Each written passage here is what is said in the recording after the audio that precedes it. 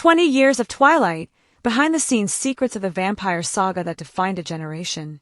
It has been 2 decades since Twilight first hit theaters on November 21, 2008. What began as a small adaptation of Stephenie Meyer's best-selling novel quickly transformed into a global phenomenon, launching the careers of its young stars, reviving vampire culture for a new generation, and creating one of the most passionate fan bases in movie history. Now, 2 decades later, the filmmakers, actors, and musicians who helped shape the saga are opening up about what really happened behind the camera, from casting decisions and set struggles to the music that gave Twilight its haunting identity. Casting Bella and Edward, finding the right pair. Director Catherine Hardwicke remembers her first encounter with Kristen, Stewart vividly. They were doing an early screening of Into the Wild in 2007, Hardwicke recalled. I saw Kristen in it and thought, oh my God, she really has that longing and desire. I knew she could be Bella. Hardwicke arranged for Stewart to do a chemistry test while she was filming Adventureland. Jackson Rathbone, later cast as Jasper Hale, even tagged along, helping Hardwicke stage scenes in a Pittsburgh park to see how Kristen connected with the material. Edward Cullen, however, was a far more difficult casting process. There were so many cute guys who auditioned, Hardwicke said, but none of them felt like they had been alive for 90 years. They didn't have that old soul or that angst. After an exhaustive search, a relatively unknown British actor named Robert Pattinson landed the part, but not without hesitation from the studio. When Rob first came in, his hair was dyed black for a play, he wasn't in great shape, and he was wearing this sloppy shirt, Hardwicke remembered. The studio actually called me and asked, "Do you think you can make this guy look good?" But Kristen completely advocated for him. She saw what I saw. Pattinson's first photo shoot with Stewart changed everything. Once fans saw his sharp cheekbones and brooding eyes in character, any early backlash disappeared. Filming in Forks, well, sort of. Though set in the rainy town of Forks, Washington, much of the first film was shot in and around Portland, Oregon.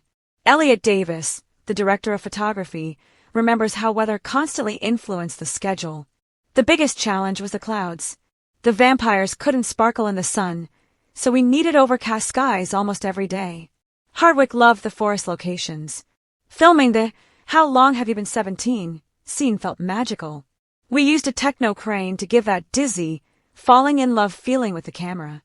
Davis created the saga's distinctive blue-gray color palette by desaturating the film and simplifying it to cool whites, blacks, and greens.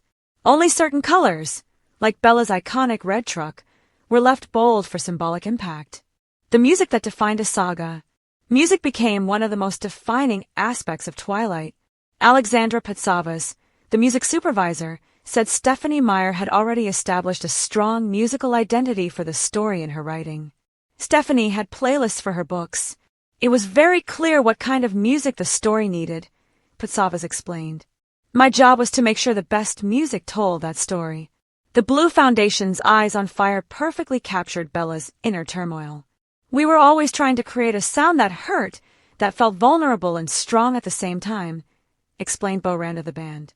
Robert Pattinson himself contributed, playing Edward's lullaby on the piano. Rob's a musician, and he learned how to play it exactly as written, Hardwicke said. We even did an extra day of shooting so the camera could capture his real fingers on the keys. No cheating. For New Moon, Leaky Lee's Haunting Possibility became one of the series' most unforgettable tracks. I wrote it in one go, Leaky Lee said.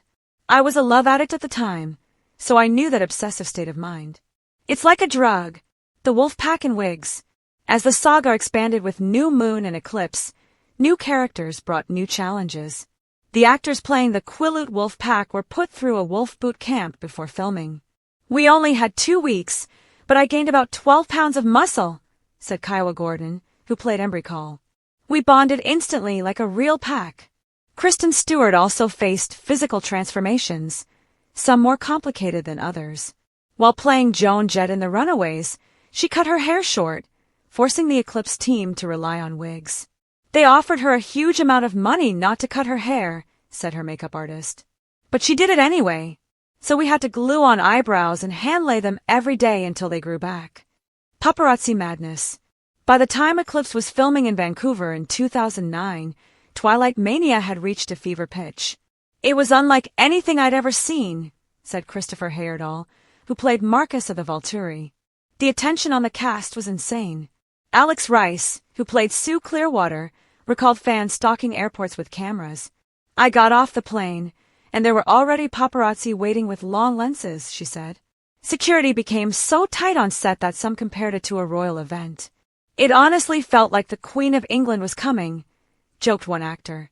Myths, memories, and the wedding song confusion. One of the most persistent myths of the franchise is that Christina Perry's A Thousand Years was Bella and Edward's wedding song.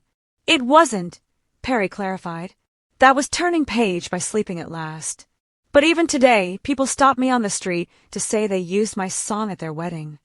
The truth hasn't stopped the track from becoming synonymous with Twilight, Breaking Dawn, and the contact lens nightmare. The two-part Breaking Dawn finale brought the saga to a close, but not without new challenges. The infamous red and golden vampire contact lenses caused misery for many cast members. "They gave you tunnel vision, like looking through straws," said Cameron Bright, who played Alec. "And when we filmed the big battle scene with fake snow made of paper, it felt like needles in our eyes." Despite the discomfort, the cast pushed through, delivering one of the most memorable climaxes in YA film history. A legacy that still sparkles. Looking back 20 years later, the Twilight franchise remains one of the most influential pop culture moments of the 2000s. It turned Kristen Stewart and Robert Pattinson into international stars, fueled a new wave of supernatural teen dramas, and proved that fandom could shape Hollywood in unprecedented ways.